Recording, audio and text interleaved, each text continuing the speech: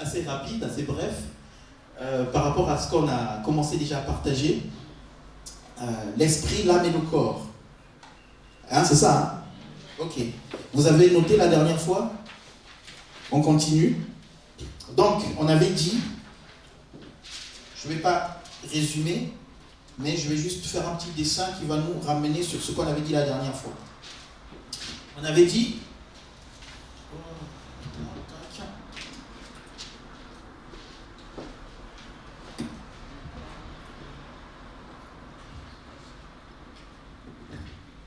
On avait dit qu'on avait d'abord quoi dedans de nous?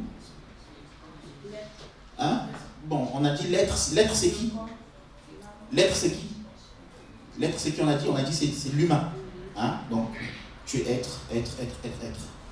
Donc, et on a dit dans l'être, il y a quoi d'abord au plus profond de nous? Donc l'esprit. Ok. Et après on a dit, après l'esprit, on a quoi? On a l'âme. Et ensuite, on a le corps. Ok. On a dit le corps est visible, hein, mais l'esprit ne sont pas visibles. Et on avait dit que Dieu résidait où?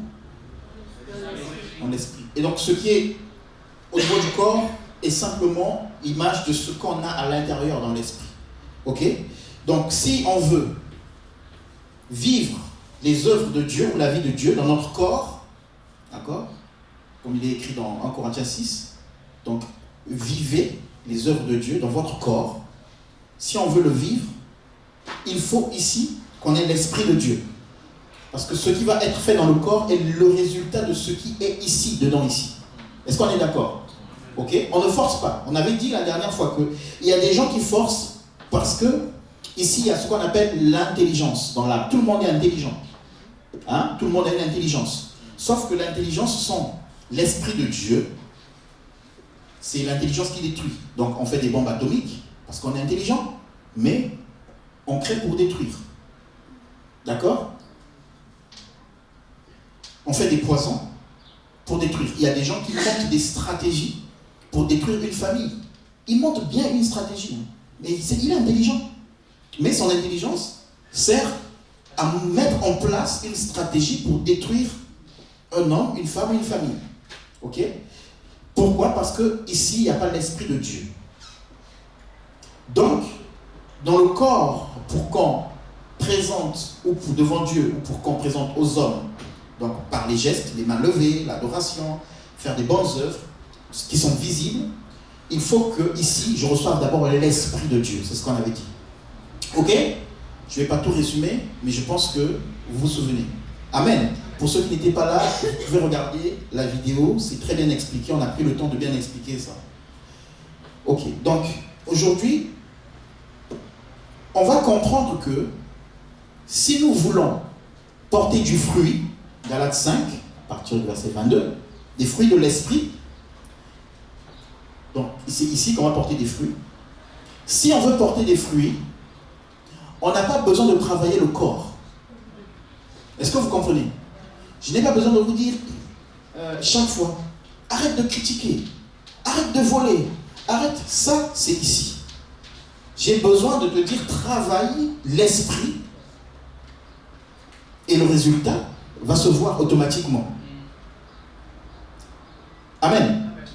L'Église nous a toujours appris à fonctionner selon les règles. C'est pour cela que les gens ont peur de Dieu et les gens voient Dieu comme un père fouettard. Parce que Dieu, il va me fouetter, Dieu, il y a des règles. Donc du coup, les gens, même Israël, c'était pareil. Israël, le peuple d'Israël, conduit par Moïse, n'avait pas bâti une relation avec Dieu, d'amis, mais ils avaient une relation de quelqu'un qui nous allait livrer et qui nous donne des règles.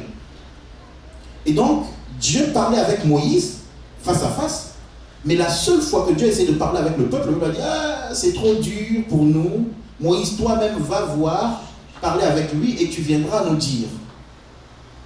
Or, une relation comme ça où vous avez quelqu'un qui va dans la présence de Dieu et qui vient vous dire chaque fois ce que Dieu a dit, cette relation ne vous approche pas de Dieu et cette relation ne vous permet pas d'expérimenter la puissance de Dieu. Si chaque fois, moi je dois aller dans la présence de Dieu, aller chercher pour vous et vous dire, toi Dieu te dit ci, toi Dieu te dit ça, toi Dieu te dit ça, ben, toi-même, tu n'apprendras pas à avoir une relation d'amis avec Dieu. Est-ce que vous comprenez? Et donc, tu pourras être enfant de Dieu, mais tu ne grandiras pas. Et tu ne sauras pas comment Dieu parle. Parce que chaque fois, c'est quelqu'un qui parle pour Dieu à toi. Amen. Donc Israël, c'est le problème qu'ils avaient. Puisque tout le temps, il y avait Moïse qui servait d'intermédiaire. Et c'est pour cela que, bon, quand vous relisez dans Luc, je pense que c'est chapitre 8 ou 9, la transfiguration, il y a Moïse qui apparaît à Élie, et Jésus va dire, donc il y a, comment ça s'appelle, Pierre qui dit, faisons une tente pour Moïse, Élie, tout ça, et Jésus va dire, non, non, enfin Jésus, Dieu, une voix se fait entendre et dit non, maintenant, voici celui-ci qui est mon fils bien-aimé, écoutez-le. Donc ce n'est plus Moïse, ce n'est plus Élie, mais maintenant c'est Jésus. Ça veut dire quoi? Ça ne veut pas dire qu'il ne faut pas écouter Moïse, puisque nous lisons de Moïse et nous prêchons Moïse. Mais ça veut dire que maintenant, quand tu écoutes Moïse, eh ben, apprends à discerner ce que Dieu te dit à travers Moïse et à travers Élie. Donc toi-même, aie une relation avec Dieu. Amen. Celui-ci est mon fils bien-aimé, écoutez-le. Quand Jésus s'est fait baptiser, c'était pareil. Jésus se fait baptiser, et puis il y a Jean-Baptiste, et une voix se fait entendre, il dit, celui-ci est mon fils bien-aimé, écoutez-le. Parce que pourquoi? Parce que vous écoutez beaucoup Jean-Baptiste. Mais moi, je veux que vous écoutez Jésus. Donc, apprenez à écouter Jésus dans vos cœurs. Donc, tout va se passer ici, au niveau de l'esprit. Et c'est ce dont nous allons parler. On ne va pas travailler sur le corps, on ne va pas travailler sur l'âme. Il y a beaucoup de gens qui travaillent sur l'âme, ils ne se rendent pas compte. C'est-à-dire qu'aujourd'hui, dans beaucoup d'églises, c'est devenu des séances de motivation. C'est très subtil. Hein? Ça va travailler la pensée, mais en fait, il n'y a rien dans l'esprit. On proclame, je vais réussir. Je suis victorieux. Personne ne peut marcher sur moi. Tout ça. Mais oui, mais vous allez dans des clubs de motivation, il y a des gens qui le font, qui n'ont pas besoin de Dieu pour le faire. C'est juste... c'est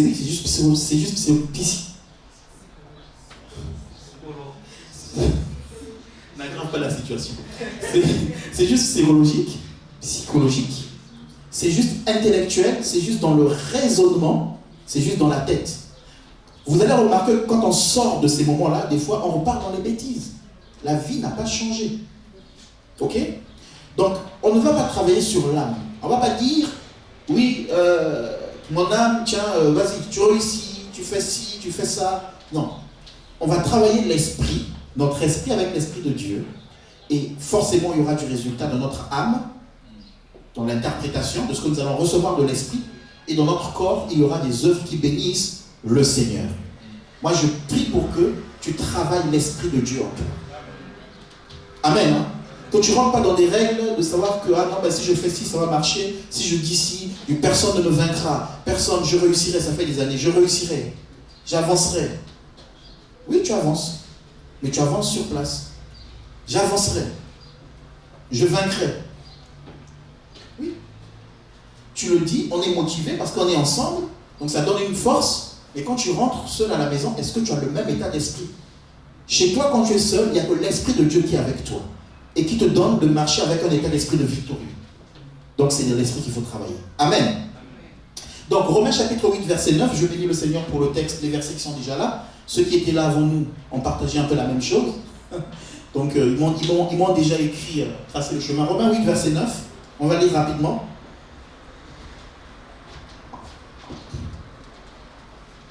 Romains 8, verset 9.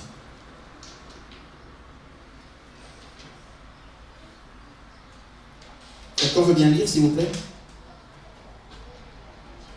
Donc, là, cet après-midi, on parle des bienfaits de l'Esprit de Dieu dans ta vie.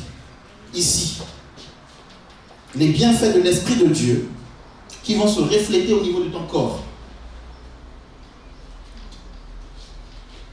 J'ai lu la parole. Pour vous, vous ne vivrez pas selon la chair, mais selon l'esprit. Si du moins l'Esprit de Dieu habite en vous. Si quelqu'un n'a pas l'Esprit de Christ, il ne lui appartient pas. Amen. Pour vous, est-ce que quelqu'un a une autre version? Romains 8, verset 9. C'est marqué là. Romains 8, 9. Quant à vous, vous n'êtes pas animés par votre nature propre, mais par l'Esprit. Si du moins l'Esprit de Dieu habite en vous. Si quelqu'un n'a pas l'Esprit de Christ, il ne lui appartient pas. Amen. Donc, pour vous qui? Pour vous qui? Vous chrétiens, vous qui avez reçu le Seigneur. Il est dit, normalement, vous ne vivez plus avec votre nature, votre propre nature, donc vos propres décisions. Ah, j'ai envie de faire ça, je le fais. J'ai envie de marcher comme ça, j'ai envie de faire telle alliance, je le fais. J'ai envie d'aller à gauche, à droite, non. Maintenant, vous marchez selon l'Esprit, mais il est précisé quel esprit? L'Esprit de Dieu habite en vous. Les bienfaits de travailler d'abord l'Esprit, de recevoir le Saint-Esprit ou de recevoir Jésus dans sa vie, c'est que l'Esprit de Dieu fait de toi son adresse. Amen. Est-ce que tu es conscient que l'Esprit de Dieu d'abord habite en toi? Vos membres, votre corps est le temple du Saint-Esprit. À l'époque, il y avait le temple. Amen. Le temple à Jérusalem. Et dans ce temple-là, il y avait l'arche de l'Alliance. Dans ce temple, il y avait les ustensiles pour l'adoration, pour le culte. C'était un lieu saint. Et donc, dans ce lieu saint, on ne pouvait pas ramener n'importe quoi. Par contre, dans ce temple, il y avait un Dieu qui était invisible. Vous êtes d'accord avec moi? C'était le temple qui était visible, mais à l'intérieur, tu pouvais rentrer dans le temple, si je cherche Dieu, tu ne le vois pas parce qu'il est invisible. Et aujourd'hui, le corps visible que tu es, dans ce corps visible, il y a un Dieu invisible en toi. Donc, si Dieu habite en toi, normalement, tu ne marches plus comme tu veux. Avant de faire quelque chose, tu dis, Seigneur, est-ce que je dois le faire? Est-ce que je peux le faire? Est-ce que je peux le dire? J'aimerais faire ça. Mais, puisque c'est toi qui habites en moi, est-ce que je peux le faire? Ce qui est beau avec Dieu, c'est qu'il habite en toi, mais toi aussi tu habites en lui. Nous sommes en Christ. Donc, quand tu habites en Christ, quand tu es en Dieu, tu ne fais pas n'importe quoi. Tu es dans sa présence. Si j'héberge quelqu'un chez moi, eh bien cette personne va se plier aux règles que nous avons dans la maison. Il y a des choses s'ils veulent le faire, il va dire, ah, je suis chez toi, est-ce que je peux le faire? Donc ça veut dire qu'il ne fait plus sa volonté, mais il fait la volonté de celui qui l'héberge. Donc si, du moins, tu as reçu l'Esprit de Dieu, tu ne peux plus faire les choses comme tu veux. Donc si tu fais les choses comme tu veux, pose-toi des questions. Je ne parle pas d'aller à l'église. Je ne parle pas de prêcher. Je ne parle pas de raisonner. Je ne parle pas de... Mais je parle de dépendre de Dieu. Je peux être à l'église en train de prêcher, mais je ne dépends pas de Dieu. Je peux chanter dans une chorale, mais je ne dépends pas de Dieu. Amen. Quand l'Esprit de Dieu est en nous, on se laisse conduire par l'Esprit. Pourquoi? Parce que Dieu dit, je connais les projets que j'ai formés pour toi, pour te donner de l'avenir, te donner de l'espérance. Qui dit qu'il connaît les projets? C'est qui? C'est Dieu. Est-ce qu'il t'a dit que toi tu les connais? Donc, si tu veux rentrer dans les projets qu'il a formés pour toi, eh bien, il faut que lui te conduise dans ces projets-là. Tu ne peux pas demander à rentrer dans les projets de Dieu, mais étant conduit par toi-même. Amen. J'ai témoigné tout à l'heure. Quand on est venu à Caen, c'était une guerre. Alors je pouvais dire, Seigneur, mais toi tu nous as dit de partir. Mais il y a des pasteurs, des apôtres qui nous disent de ne pas partir. Donc, comme toi je ne te vois pas, eux je les vois, bon, donc je les écoute. J'aurais mis à côté le plan de Dieu pour moi. Mais, 2010-2008, qui se sont passées, j'ai dit non, parce que j'ai entendu la voix de Dieu, parce que j'ai accepté de me laisser conduire par le Saint-Esprit. Donc j'ai dit non à des hommes de Dieu, mais à ce moment-là, qui n'étaient peut-être pas conduits par l'Esprit, juste à ce moment-là. Derrière, ça fait des problèmes pendant 8 ans, mais 8 ans après, 2 de ces hommes sont venus à Caen pour témoigner que, ah oui, en 2010, c'était Dieu qui avait dit ça. Il a fallu qu'ils fassent ce que Dieu leur avait demandé. Et ils ont eu l'humilité de le faire. Ce que je veux dire par là, c'est quoi? C'est qu'aujourd'hui, je te parle de Dieu, mais quand je te parle de Dieu, discerne que c'est Dieu qui parle ou si ce n'est pas Dieu qui parle. Mon titre de pasteur ne fait pas que je dis tout le temps la vérité. Si tu deviens un fanatique, en m'écoutant et en mettant tout sur le dos de Dieu, tu peux passer à côté de ton destin, de ta destinée, de ce que Dieu a prévu pour toi.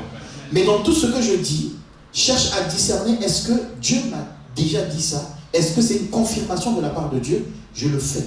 Si Dieu n'est pas dedans, sois capable de me dire, Dieu ne m'a pas dit ça à moi.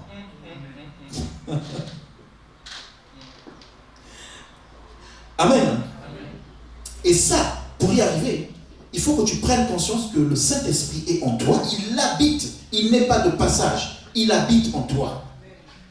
Si vous voulez que j'utilise l'expression, il dort dans toi. Il se réveille en toi. Il se brosse les dents en toi. Il fait le petit déjeuner dans toi. La journée, la sieste dans toi. Il est en toi. Tu n'es pas une chambre d'hôte. Il vient, il rentre et puis il est parti. Non. Résidence, adresse dans toi. Et tu crois que s'il est en toi, il ne va pas te parler. Hein? Si je suis dans une maison avec quelqu'un qui ne parle jamais, c'est pas la peine. Même le bébé, à un moment donné, tu le mets dans un coin, vous ne dites rien, il est seul, personne ne lui parle, on est mais qu'est-ce qu'il a? On croit que tu arrives, oh non, mais c'est juste qu'il voulait, il rigole. Parce qu'il voulait parler. Et le Saint-Esprit en toi te parle. Parce qu'il habite en toi. Amen. Amen. 1 Corinthiens 6, 19. 1 Corinthiens 6, 19. Donc c'est une prise de conscience que tu dois avoir. Je lis la parole. 1 Corinthiens 6, 19 à 20. Il dit, ne savez-vous pas que votre corps est le temple du Saint-Esprit qui est en vous et que vous avez reçu de Dieu et que vous ne vous appartenez point à vous-même. Tu ne t'appartiens plus. Je parle à quelqu'un qui a reçu le Seigneur. Si tu n'as pas reçu le Seigneur, ça ne te concerne pas. Reçois d'abord Jésus. Mais si tu as reçu le Seigneur, tu ne t'appartiens plus. Tu n'as pas le droit de faire n'importe quoi. Amen. Ton corps n'est plus à toi. Donc ce que tu faisais avec ton corps, maintenant stop, c'est fini. Il n'est plus à toi. Le frère Luc Laure nous a parlé tout à l'heure, il a dit la vie qu'on a, que Dieu nous donne, c'est Dieu qui nous donne cette vie-là. En réalité, elle ne t'appartient pas. Le souffle que tu as ne t'appartient pas. Si t'appartenait, ben, tu ne mourrais jamais. Personne n'allait mourir. Puisque ce que nous avons, souvent, on ne veut pas s'en débarrasser. On ne veut pas s'en séparer. Mais un jour, il va partir parce qu'il ne t'appartient pas. J'ai envie de dire, c'est un prêt. Et quand tu as le prêt là, profite-en. De mettre ta vie en règle. Donc, l'apôtre Paul dit, mais vous ne savez pas, mais vous ignorez des choses. Vous êtes des chrétiens, mais vous ignorez que votre corps ne vous appartient plus. Que votre corps est le temple du Saint-Esprit. Et il rajoute au verset 20, il dit, car vous avez été rachetés à grand prix. Il y a ici à Caen, il y a des magasins qu'on appelle par exemple des stocks à libre. Donc toutes les boutiques ou tous les supermarchés qui ont des invendus les envoient là-bas à des stocks à libre. Donc c'est vendu moins cher. Et beaucoup de personnes vont là-bas. Moi aussi je vais là-bas. Mais c'est bon, c'est de la marque, c'est bon. Il y a aussi des magasins où les choses sont super chères. Et souvent quand on va dans un magasin où les choses coûtent cher, on attend les soldes pour y aller. Pourquoi? Parce que c'est trop cher. Le prix est trop grand. Donc ça veut dire qu'on n'a pas envie de dépenser,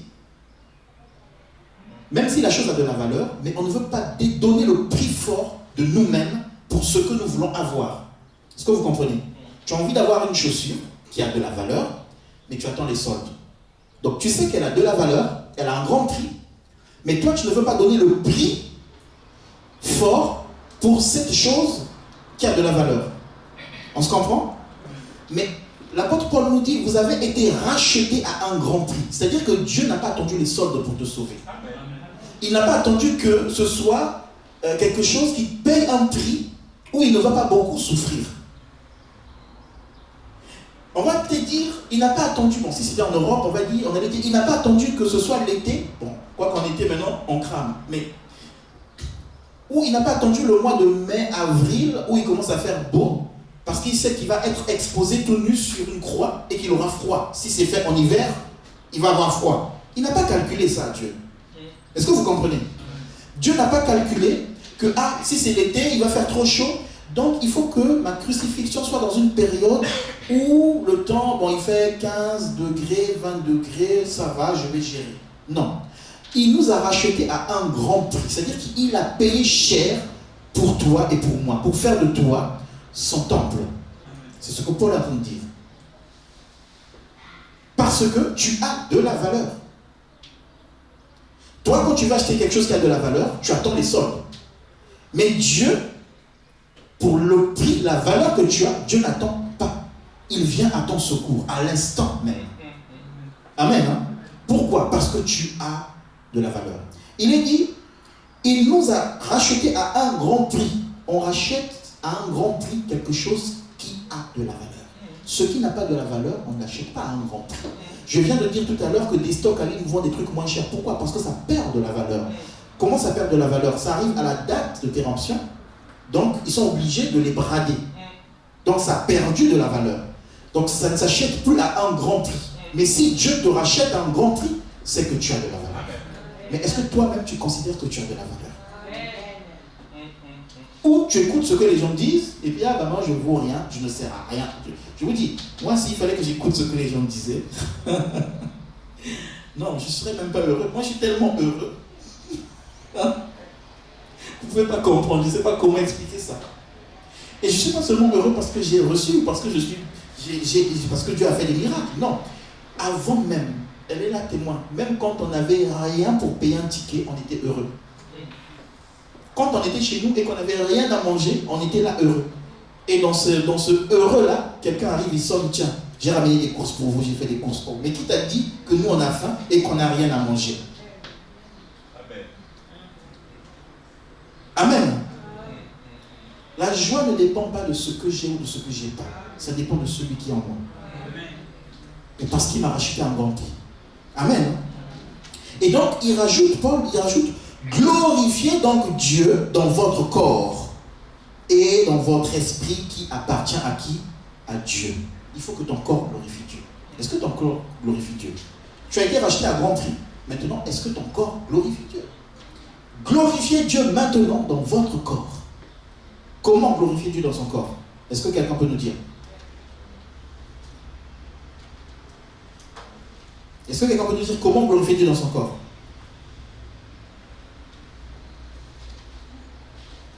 Juste un exemple.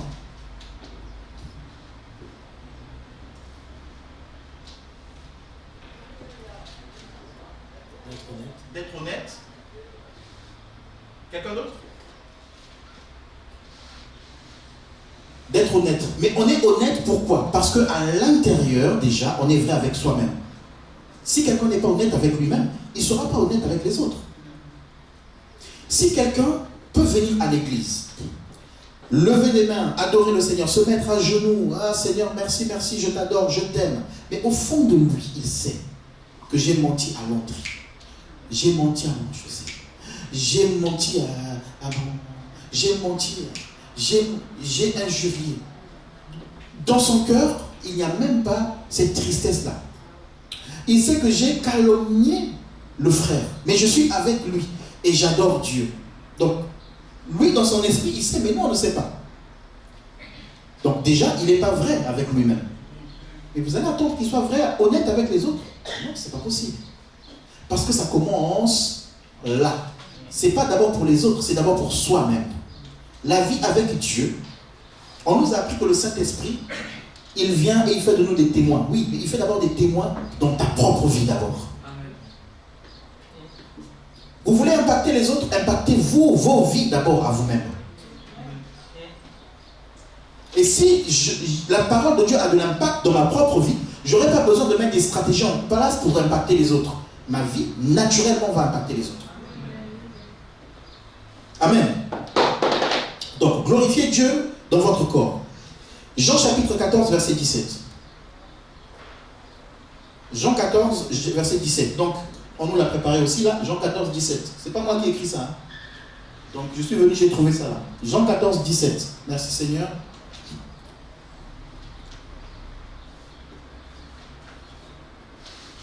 Jean 14, verset 17. Oui.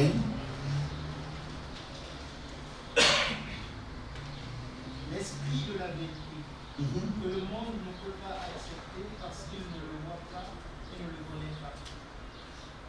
Mais vous le connaissez, car il reste avec vous et il sera en vous. Amen. Amen. L'esprit de vérité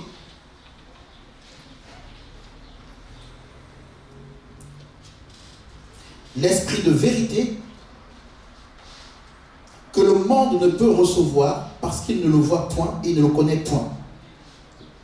Parce qu'il ne le voit point et il ne le connaît point. Mais vous le connaissez car il demeure en vous. Il n'est pas de passage, mais il demeure en vous. C'est quel esprit? L'esprit de vérité.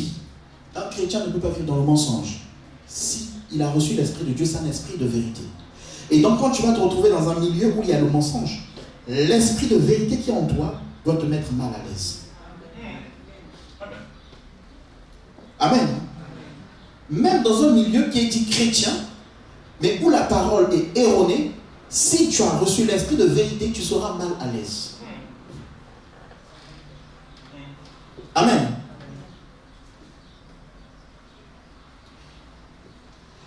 Ça veut dire que quand l'Esprit de Dieu vient en toi, il apporte la vérité. Pourquoi? Parce que s'il n'apporte pas la vérité en toi, eh ben, tu vas être ballotté à toute forme de doctrine et tu vas te perdre. Alors que le plan de Dieu pour toi, ce n'est pas de te perdre.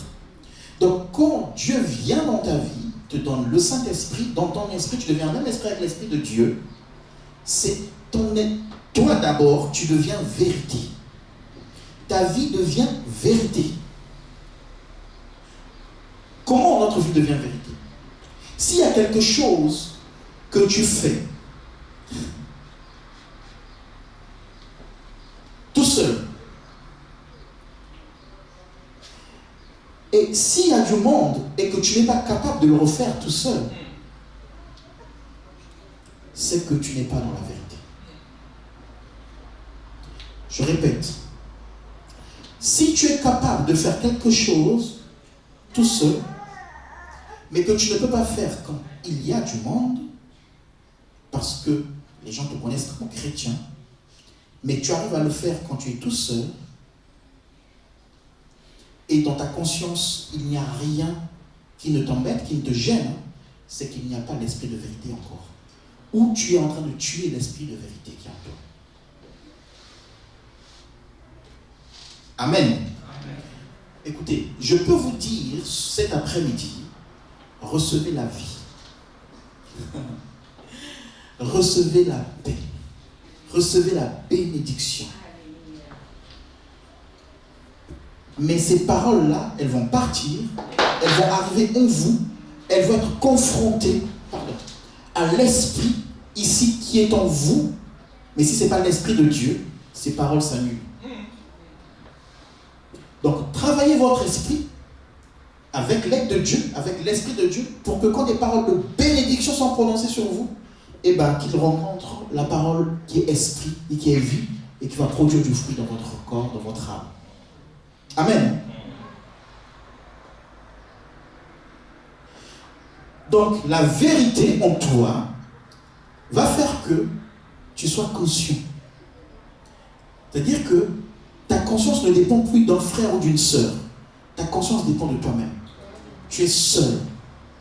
Qu'est-ce que je fais? Est-ce que ce que je fais là, est-ce que je peux le faire devant un frère ou une sœur? Quand le Saint-Esprit commence à t'interpeller comme ça, c'est qu'il y a l'Esprit de vérité qui veut travailler en toi. Mais il veut travailler en toi pourquoi? Pour te préserver, pour t'amener dans la victoire, pour t'amener un jour dans la présence et dans la gloire de Dieu. Sinon, c'est peine perdue. Seigneur, j'ai payé mes tickets de bus pour aller à l'église. J'ai dépensé mes carburants pendant toutes ces années pour aller à l'église. J'ai donné mon offrande pendant toutes ces années. Je ne te connais pas. Pourquoi? Parce que tu ne faisais pas ma volonté dans ton corps. Pourquoi tu ne faisais pas la volonté? Parce que la volonté de Jésus, c'est de quoi? Sa nourriture, c'est de vous faire la volonté du Père. Donc, nourrir son esprit consiste à faire la volonté du Père. Or, pour faire la volonté du Père, il faut la parole de Dieu, l'écouter et la mettre en pratique. Amen. Amen. Donc, les bienfaits du Saint-Esprit en toi, c'est que tu as la vérité. Que personne ne te séduise pour te dire le contraire. Tu as la vérité de Jésus. Et donc, quand quelqu'un est devant toi, quel que soit ce qu'il est, quelle que soit son ancienneté dans le ministère ou dans quoi que ce soit, s'il n'est pas dans la vérité, l'Esprit de Dieu va te confirmer qu'il n'est pas dans la vérité, et tu peux lui tenir tête pour dire, bishop, archibishop, mon honorable bishop, tu n'es pas dans la vérité. Amen, hein? Amen. Tu n'es pas dans la vérité. Après, il va te dire, oh, mais toi, tu es impoli. Moi, j'ai 25 ans de ministère. Tu vas lui dire, mon honorable, tu connais l'apôtre Pierre? Oui. Mon honorable, tu connais Élie? Oui. Et tu sais que Pierre a été repris par Paul? Oui. Est-ce que Paul a marché avec Jésus? Non. Est-ce que Pierre a marché avec Jésus? Oui. Et Pierre a été repris par Paul? Oui. Ah, un honorable qui a marché avec Jésus, qui a marché sur l'eau, peut être repris? Oui. Mais toi qui n'as pas marché sur l'eau, on ne peut pas te reprendre? Non. Pourquoi? Parce que j'ai bâti des églises. Mais bâtir des églises ne te sauve pas. C'est la vérité en toi qui te sauve. Et la vérité, c'est tous les jours. Ce n'est pas la vérité d'hier, c'est d'aujourd'hui. Amen. Hein?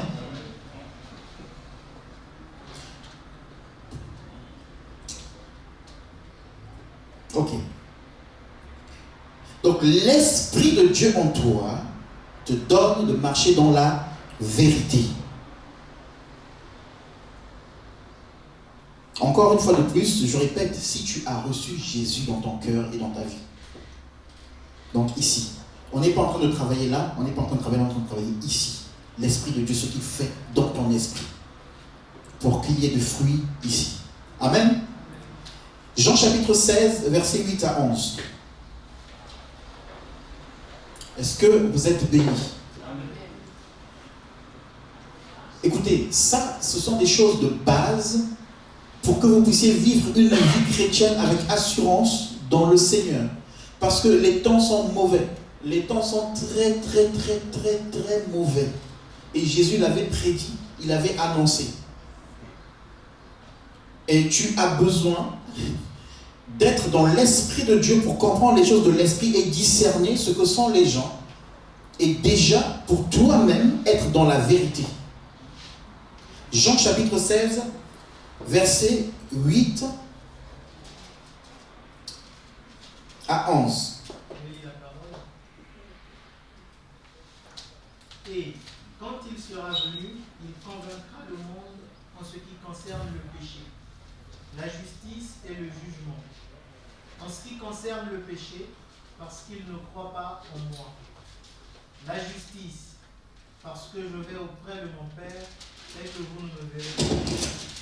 Le jugement, parce que le prince de ce monde est jugé. Amen. Amen. Amen. Amen. Donc, on nous a marqué ici, Donc ce qui était là nous ont marqué ce matin, péché, justice et jugement. C'est la même chose que je voulais écrire, mais ça a déjà été écrit, ça ne va rien que j'efface pour écrire.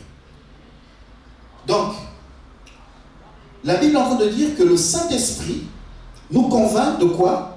Du péché, de la justice et du jugement. Pourquoi? Parce que, en ce qui concerne le péché, parce qu'il ne croit pas en moi. La justice, parce que je vais au Père et que vous ne me verrez plus. Et le jugement, parce que le prince de ce monde est jugé. Les bienfaits du Saint-Esprit dans ta vie, conviction. L'erreur que nous faisons, nous les chrétiens, c'est qu'on veut convaincre les gens. On te dit, va annoncer l'évangile. Toi, tu arrives, tu commences à débattre, à rentrer dans le débat, à vouloir convaincre quelqu'un. Ce n'est pas nous qui sommes chargés de convaincre les gens. C'est le Saint-Esprit qui convainc. Donc, quand il vient dans ton esprit, il fait un travail de conviction, d'abord. Pourquoi?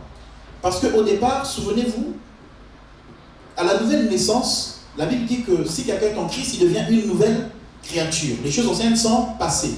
Or, les choses anciennes, c'est ce qui nous détruisait. Les choses anciennes, c'est ce qui détruisait ta vie, ton âme, ça a amené des souffrances, ça a amené des déceptions, tout ce que vous voulez. Et comme Dieu a fait de toi quelqu'un de nouveau et qu'il a fait passer les choses anciennes, il faut qu'il mette de la conviction en toi pour que tu ne repartes plus dans les choses anciennes qui sont passées. L'Esprit de Dieu est toujours là au départ. Quand vous lisez dans Genèse, quand Dieu a commencé à créer le monde, il dit l'Esprit de Dieu se mouvait. Donc dans la création, l'Esprit de Dieu est là. Et dans ta récréation, parce que Dieu te recrée, quand tu nais de nouveau, l'Esprit de Dieu est là, il fait ce travail-là. Et pour pas que tu repartes dans les choses qui ne glorifient pas Dieu, il te convainc du péché, de la justice et du jugement. Le mot conviction, il dit ici, là, en grec, veut dire elacho. Donc, qui parle de persuader, de refuter. Donc, tu es persuadé que Dieu est sauveur, tu refuses le péché. Amen. C'est une conviction. Donc, un chrétien, normalement, il marche avec conviction. La conviction va t'emmener à être détesté et à être haï. Les gens qui ne sont jamais convaincus sont aimés de tous. Hein? Et quelqu'un qui n'a pas de conviction, il n'a pas de côté, il n'a pas de parti pris, il n'a pas de... Comment dire ça? Il n'a pas de ligne directrice. On dit à gauche, à droite, à droite. À droite, et à gauche. Hein? Des fois aussi, neutre. Ni gauche ni droite. Mais quand tu dis que moi je suis convaincu que ça c'est mauvais, je ne le fais pas. Même un homme de Dieu peut te haïr. Ah oui. Amen. Parce que tu as une conviction. Le Saint-Esprit vient, il nous amène d'abord la conviction. Tu es dans le monde, tu dis ça, moi je ne le fais pas. Tu es avec des amis, moi je ne le fais pas. Je suis convaincu de ne pas faire ça, c'est le péché. Avant je le faisais, mais maintenant le Saint-Esprit m'a renouvelé, je marche en nouveauté de vie, ça je ne le fais pas. Et tu vas être haï. J'ai été moqué à l'école. J'étais en seconde, j'ai été moqué. Un jour j'ai pleuré en classe. Parce que j'ai refusé de faire comme tout le monde, de jouer au foot comme tout le monde. Je parle en parabole. Parce que quand on est en classe, tout le monde parle de foot. Ah, hier, il y a l'Italie qui a joué avec Barcelone. Hier, il y a... Oui, donc l'Italie, c'est un garçon, l'Espagne, c'est une fille. Tout. Et ils veulent que je rentre dedans. Moi, je ne rentre pas dedans. Une fille vient devant moi, elle vient faire des caprices, elle fait ce qu'elle veut. Je lui dis, non, niet. Et j'étais haï. Ça, c'est le Saint-Esprit qui vient, qui met une conviction du péché. Il expose que tu es dans le péché. Que la vie que tu menais avant, qui t'a détruit, est une vie de péché. Amen. Hein? Donc, une église où on ne traite pas le péché, c'est qu'il n'y a pas l'esprit. dans l'église, le péché est un message qui est tout le temps là pour lequel on doit parler parce que le Saint-Esprit, c'est la première chose qu'il fait. Il te convainc du péché. Un chrétien qui marche dans le péché n'est pas un chrétien. Il peut s'appeler chrétien, mais Dieu ne le voit pas comme un chrétien. Et la surprise sera grande. Et la déception sera grande. Une personne qui va à l'église tous les dimanches et qui marche dans le péché n'a pas connu Dieu. Un pasteur qui parle de Dieu et qui marche dans le péché, dans le mensonge, n'a pas connu Dieu. Il a fait une formation théologique qui est dans sa tête, pas dans l'esprit. Amen. Donc le Saint-Esprit vient, il expose d'abord le péché, parce que c'est des choses cachées. Il te l'expose, il te montre ta vie, ta nature, ce que tu es. Mais quand il te convainc du péché, il te convainc aussi de ses conséquences. Il te montre ses conséquences dans ta vie sur terre. Tu es un homme marié, tu vas avec une autre femme, tu as un enfant là-bas, mais en même temps tu es marié, tu as des enfants. Ok, Dieu t'a pardonné. Mais la suite de ta vie, c'est que tu dois gérer l'enfant et tu dois gérer ta propre maison. Et tu ne sais pas dans 10 ans, dans 2 ans, dans 3 ans, si ta femme, finalement, elle va partir parce que, voilà, tu es un homme marié et tu cours voir les prostituées. Tu es une femme mariée, mais tu mens, tu trompes à ton mari pour aller voir ailleurs. Le Saint-Esprit vient, il te montre que ça, c'est pas normal. Pour toi, c'était normal parce que c'est dans la vie du péché, c'est normal. Quand on n'a pas connu Christ, c'est une vie normale. Vous êtes d'accord? Mais quand on a connu Christ, le Saint-Esprit vient et te dit, oh mais non, ce que tu trouvais normal, mais c'est pas normal. Donc si tu es en Christ et que tu continues à trouver ça normal, c'est que tu n'as pas connu Christ. Même si tu sers dans l'église. Autrefois tu étais dans le monde, amen. Maintenant que tu es en Christ, si tu revis la même vie, c'est qu'il y a un problème.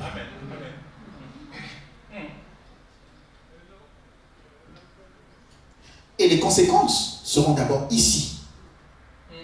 Tu as volé, tu as un casier judiciaire. Tu n'auras plus de nationalité. Ah ben oui.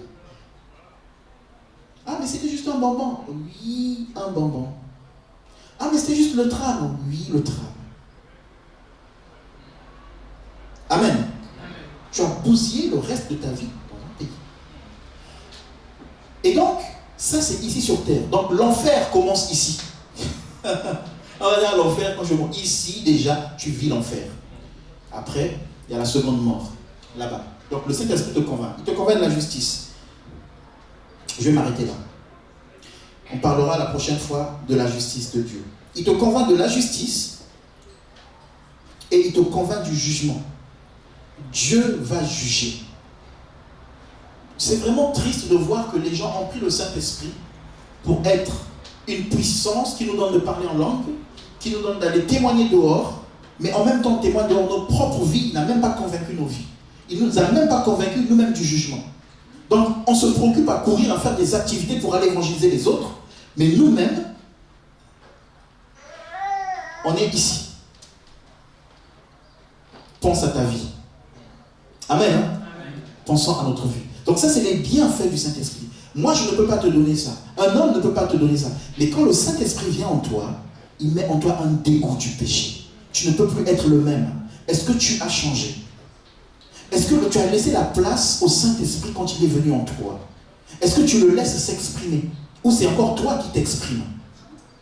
Ici, dans ton corps. La page est détournée. Est-ce que c'est toi qui t'exprimes ou c'est le Saint-Esprit qui s'exprime? Amen. Nous allons continuer la prochaine fois. On va prier. Est-ce que quelqu'un a besoin qu'on prie pour lui?